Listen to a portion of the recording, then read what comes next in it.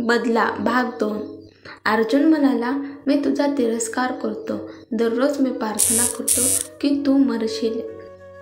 अभिनंदन, तुला पाहिजे ते मिळाले, अवनी म्हणाली आणि निराशेने डोळे खाली केले. तिला अर्जुनला स्पर्श करायचा होता, पण ती थांबली आणि मागे सरकली आणि म्हणाली, माझा तिरस्कार करत राहा.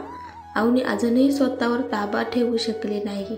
तिने अर्जुनला मिठी मारली आणि म्हणाली, माझा द्वेष केल्याने तुला बरे वाटले तर कायमचा माझा तिरस्कार कर.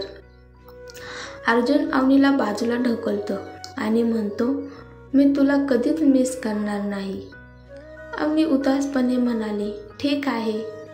तिचा आवाज क्वचितच ऐकू येत होता.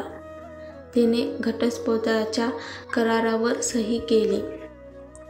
अर्जुनने घटस्फोटाचे कागद घेतले आणि मागे वळून न पाहता पोलीस स्टेशनच्या बाहेर निघून गेला. तन्वी रस्त्याच्या एका चौकात थांबली होती. तन्वी ही अर्जुनची बेस्ट फ्रेंड होती आणि अर्जुन तिच्यावर प्रेमही करत होता. तो बाहेर गेल्यावर ती लगेच त्याच्याकडे आली. अर्जुन, कसा आहेस? तिने घटस्फोटाच्या करारावर स्वाक्षरी केली का? त्याने होकार दिला. अर्जुन तन्वीला म्हणतो, मी थकलो आहे, मला जाऊन आराम करायचा आहे. तन्वी त्या दोघांच्या डिव्होर्स झाल्यामुळे खुश असते. ती म्हणते, तू गाडीत बस, मी तुला घरी घेऊन जाते. अर्जुनसाठी गाडीचा दरवाजा उघडताच तिच्या डोळ्यात काही भावना दडल्यासारखे वाटत होत्या. अर्जुनला बंगल्यामध्ये आणते.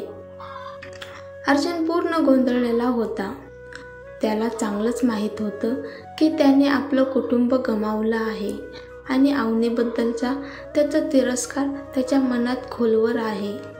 पण आता अवनीच्या मृत्यूने तो अस्वस्थ होता. अर्जुन तन्वीला म्हणतो, प्लीज मला एकटे सोड, माझी तब्येत ठीक नाहीये. अर्जुन अस्वस्थ होता म्हणून त्याने तन्वीशी जवळीक टाळली. तू ठीक आहेस ना? मी डॉक्टरांना बोलवते. तन्वी चेहऱ्यावर काळजीचा भाव आणत पटकन म्हणाली.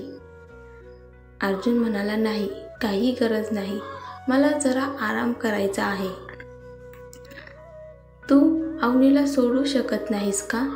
तन्वीने अर्जुनकडे बघून संशयाने विचारले. या प्रश्नाने अर्जुन चिडला. त्याने नकार दिला, नक्कीच नाही. मग माझ्यापासून दूर का पळत आहेस?